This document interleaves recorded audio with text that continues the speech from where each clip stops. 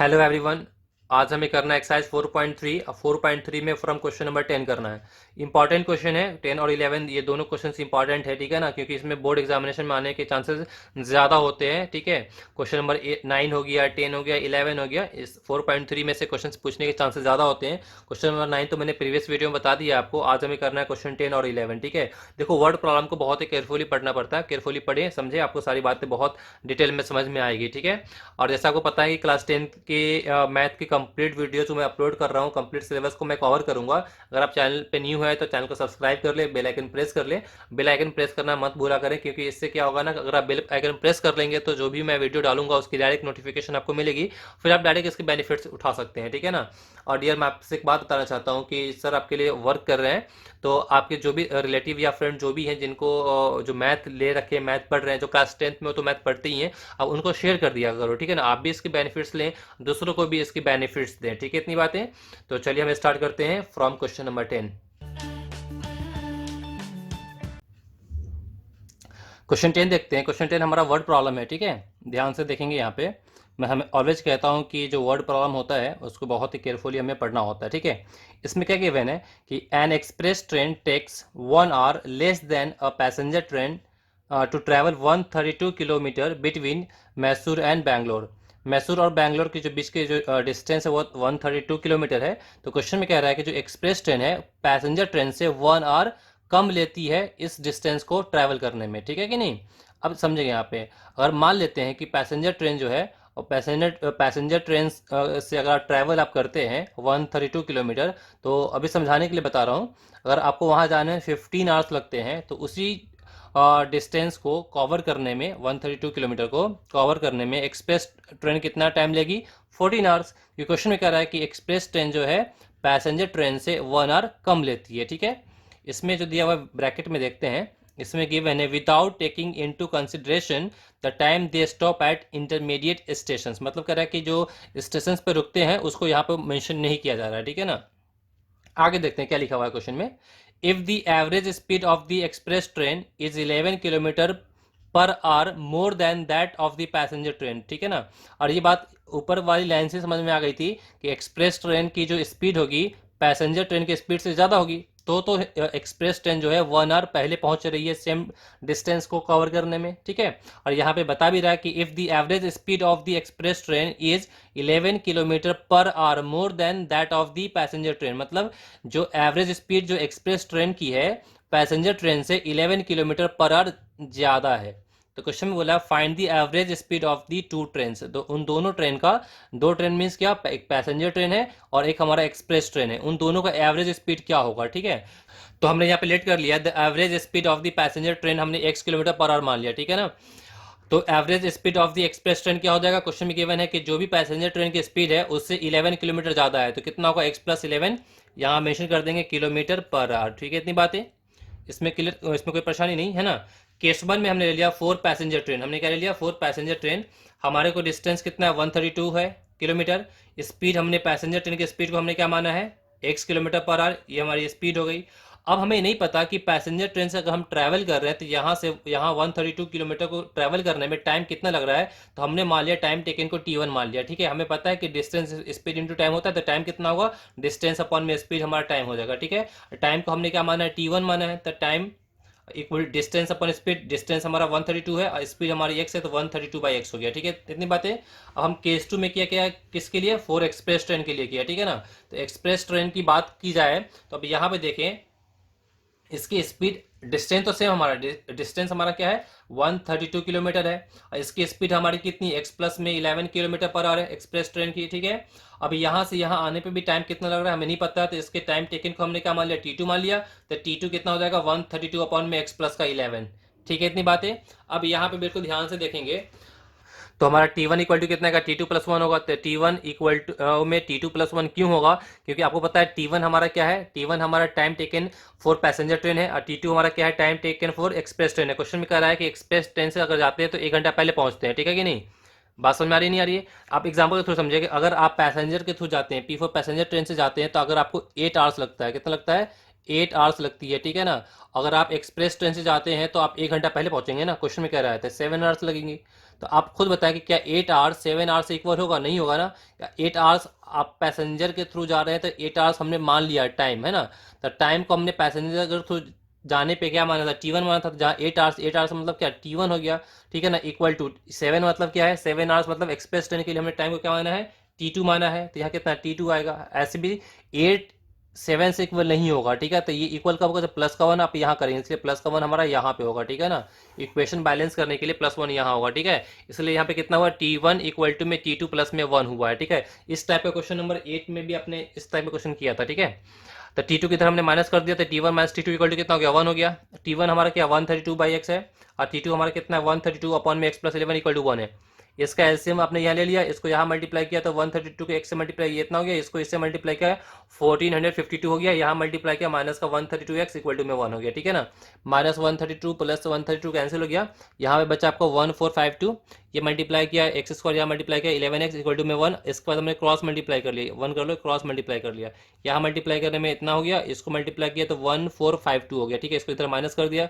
आपको पता है ना, इसके बाद हम क्या करते हैं? मिडिल टर्म स्प्लिट करते हैं। तो अब एक्स स्क्वायर का कोफिशिएंट कितना है? अब इस क्वेश्चन को करने के लिए आप मर्जी आपकी है, इसके थ्रू भी कर सकते हैं, फैक्टराइजेशन के थ्रू भी कर सकते हैं, या क्वाड्रेटिक फॉर्मूला होता है उसको यूज करते हुए भी कर सकते हैं आप, ठीक है ना। इसके बाद हम क्या करेंगे? इसका फैक्टर निकालेंगे, ठीक है ना।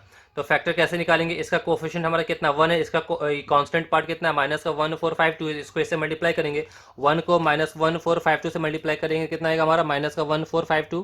तो 1452 का हमें क्या निकालना है? फैक्टर निकालना है, ये सिखा चुका हूँ मैं पहले भी, है ना।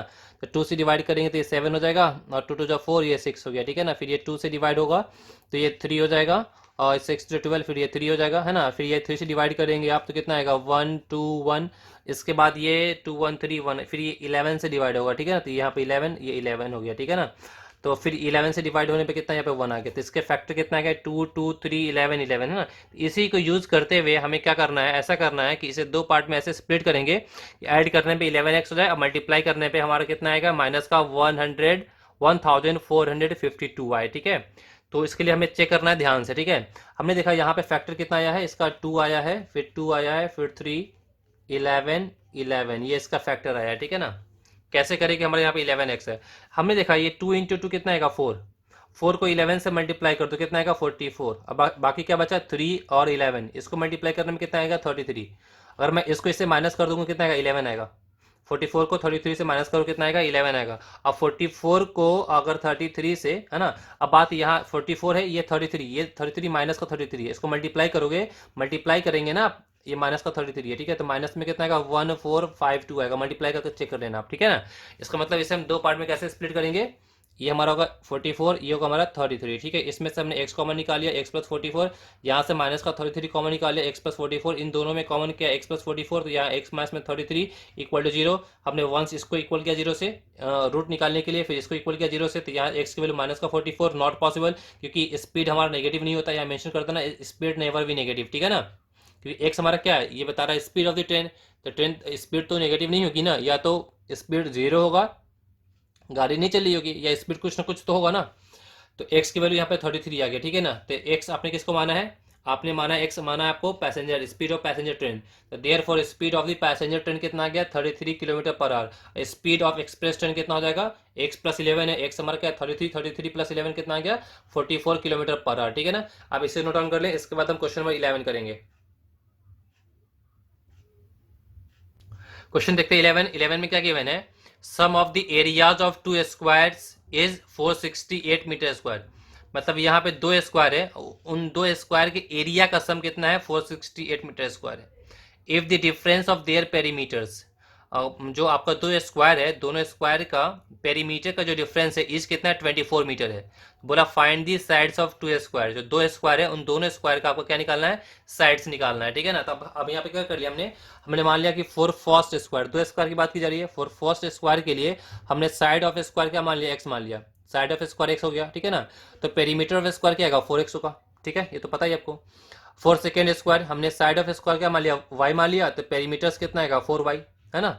चार साइड को ऐड करते तो क्या आता है? पेरीमीटर्स होता है, तो 4y हो गया। अब केस 1 में देखिए, क्वेश्चन में कह रहा है कि जो आपका दो स्क्वायर है उन दोनों स्क्वायर के एरिया का सम, है ना। मान लीजिए आपका ये फर्स्ट स्क्वायर है, ये आपका सेकेंड स्क्वायर है, ठीक है ना, स्क्वायर टाइप का लगना चाहिए, स्क्वायर है, ये इसका साइड एक्स है, इसका साइड क्या है? वाई है। तो इसका एरिया क्या होगा? इसका एरिया होगा हमारा इसका एरिया हो जाएगा एक्स स्क्वायर और इसका एरिया हमारा क्या होगा, इसका एरिया हमारा हो जाएगा वाई का स्क्वायर, है ना। मतलब x square plus y square कितना है 468, इसे हमने इक्वेशन 1 मान लिया, ठीक है ना। केस 2 में क्या बोला है कि उन दोनों को, इन दोनों का पेरीमीटर का डिफरेंस कितना है 24 है। तो हमने क्या किया 4x माइनस में क्या कर दिया 4y इक्वल टू में क्या कर दिया। बात समझ में आपको आ रही है, इसमें कोई परेशानी की बात नहीं है, ठीक है ना। हमने 4x माइनस में 4y इक्वल टू में कितना ले लिया 24 ले लिया, ठीक है ना। तो अब इसमें से 4 कॉमन निकल रहा है, 4 कॉमन निकला तो इससे देखिए 4 से ये कैंसिल हो गया, ये 6 हो गया। ये माइनस क्यों किया, क्वेश्चन में कह रहा है कि उन दोनों का पेरीमीटर का जो डिफरेंस है, डिफरेंस मीन्स होता है माइनस, उन दोनों के पेरीमीटर के डिफरेंस को हमने 24 मान लिया, ठीक है। इतनी बातें, आई होप इसमें कोई परेशानी नहीं हो रही होगी। आपको सोचोगे सर आपने 4x माइनस में 4y क्यों किया, आपने 4y माइनस में 4x क्यों नहीं किया था, कर लो कोई दिक्कत नहीं है, हमें तो पता ही नहीं ना कि x और y का साइड क्या है, ठीक है ना। तो x minus y equal to 6 हो गया। यहाँ से हमने x की वैल्यू निकाली, x की वैल्यू कितनी हो गया, माइनस वाई को यहाँ किया था 6 प्लस वाई, है ना। इसको हमने कहाँ पुट कर दिया, पुट इन फर्स्ट। हमने इससे क्या कर दिया, x की वैल्यू 6 प्लस वाई को पुट कहाँ कर दिया, फर्स्ट में पुट कर दिया, ठीक है ना। तो जहाँ पर x है वहाँ पे कितना आएगा, यहाँ पे x है वहाँ पे कितना आएगा 6 प्लस का y, तो 6 प्लस वाई का स्क्वायर, फिर प्लस में y का स्क्वायर 468। ए प्लस बी को होल स्क्वायर पे एक्सपेंड करेंगे तो क्या 6 का स्क्वायर 36 प्लस में 2ay मींस 12y प्लस में कितना आएगा y का स्क्वायर प्लस में y का स्क्वायर है इक्वल टू में दिस। इन दोनों को ऐड करने में 2y स्क्वायर प्लस में कितना 12y, इसको इधर माइनस करोगे इससे तो 432 हो जाएगा, ठीक है। इतनी बातें, ये सारी चीजें सिंपल है, कोई मुश्किल की बात नहीं है, ठीक है। अब यहाँ से 2 कॉमन निकालिए, वाई स्क्वायर प्लस में 6y माइनस में क्या 216 इक्वल टू 0, तो वाई स्क्वायर प्लस में 6y माइनस में 216 हो गया। अब इसका क्या करना है, हमें यहाँ से स्प्लिट करना है ना। हमने हमेशा मैं बोल रहा हूँ कि आपको जो मेथड अच्छा लगता है उसको थ्रू कर सकते हो, ठीक है ना। क्वाड्रेटिक फार्मूला अच्छा लगता है उससे इसको थ्रू कर सकते हो। अब इसको हम कैसे करेंगे, यहाँ इसका कोफिशिएंट 1 है, ये हमारा क्या माइनस का 216 है, मल्टीप्लाई कर रहे हैं माइनस का 216 आएगा, तो 216 का हम अगर फैक्टर निकालेंगे 216 का, तो यहाँ कितना आएगा 2 आएगा, ये 1 हो जाएगा 0 8 है ना। फिर 2 से करेंगे तो कितना आएगा, ये 5 4, फिर ये 3 से करेंगे तो कितना आएगा, ये 2 से भी डिवाइड हो 27 हो जाएगा। फिर ये 3 से डिवाइड करने में कितना आएगा 9, फिर 3 से डिवाइड करो तो ये 3 हो गया, फिर 3 से डिवाइड करने पे 1, इसका फैक्टर कितना आ गया 2 2 2 3 3 3, है ना। अब हमें क्या करना है कि इन सारे फैक्टर को यूज करते हुए ऐसा करना है कि मल्टीप्लाई करें तो माइनस का 216 है और ऐड करने पे हमारा क्या 6y है, ठीक है ना। तो अब देखा यहाँ पे कि 3 3 कितना आएगा 6, और इस 6 को 2 से मल्टीप्लाई कर दो कितना आएगा 3 3 6, और 6 को 2 से मल्टीप्लाई कर दो कितना आएगा 12 आ जाएगा, है ना। 3 3 6, इसको 2 से मल्टीप्लाई कर दो, 2 2 4 4 से कितना आएगा 12, अच्छा 12 हो जाएगा ना। फिर दिक्कत तो इसमें हो जाएगी आपको, ये 3 3 3 है ना, 3 9, सॉरी यहाँ उल्टा कर दिया ना, 3 से कितना 9 आएगा, और 9 को 2 से मल्टीप्लाई करने में कितना आएगा 18 आएगा, ठीक है ना। और उसके बाद 2 2 4 4 को 3 से मल्टीप्लाई करने में कितना आएगा 12 आएगा, ठीक है। अब देखो 18 और 12 का डिफरेंस कितना आ रहा है, मैं माइनस कर दूंगा तो 6 आएगा, और 18 को माइनस 12 से मल्टीप्लाई करोगे तो माइनस का 216 कितना आएगा, माइनस का 216। मतलब इन दोनों को मल्टीप्लाई करने में हमारा इन दोनों का प्रोडक्ट मिल रहा है, और इन दोनों को ऐड करने पे हमारे को यहाँ पे ये मिल रहा है 6y मिल रहा है, ठीक है ना। तो हम क्या करेंगे, यहाँ पे इसको दो पार्ट में स्प्लिट करेंगे तो क्या कर लेंगे 18y माइनस में 12y कर लेंगे, माइनस का 216 पहले से है, इसमें से हमने y कॉमन निकाला तो y प्लस का 18 हो गया, माइनस का 12 कॉमन निकाला तो y प्लस 18 इक्वल टू 0। अब इसमें से y प्लस 18 हमारा कॉमन निकला तो y माइनस में 12 इक्वल टू 0 हो गया।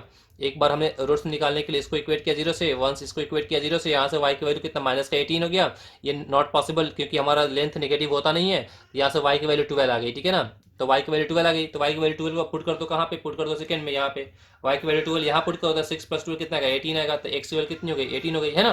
तो साइड ऑफ 2 स्क्वायर क्या हो गया 12 एंड 18, आंसर हो गया, ठीक है ना। तो आज के लिए इतना ही।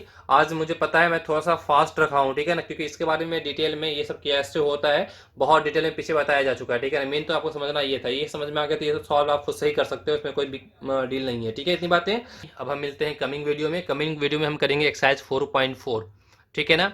और आप मुझे कमेंट करके बताएंगे आपको कितनी बातें समझ में आई है ना। तो कमेंट करने में ज़्यादा टाइम लगता नहीं है, आप कमेंट करते हैं तो इससे हमें मालूम चलता है कि आपको कितनी बातें समझ में आ रही है, ठीक है। इतनी बातें, और वीडियो अच्छी लगी है तो वीडियो को लाइक कर दें और शेयर कर दिया करें, ठीक है। ऑल दी वेरी बेस्ट, और अपना केयर करें। अभी पता है कि अभी यहाँ का क्या माहौल है, कोरोना वायरस को लेकर सब लोग को घर में ही रहना है, stay at home, be safe, ठीक है ना। और अपने जितने फ्रेंड्स हैं सबको बताएं कि घर पे ही रहें, बाहर निकलने को नहीं, ठीक है ना। तो all the very best, bye, good luck.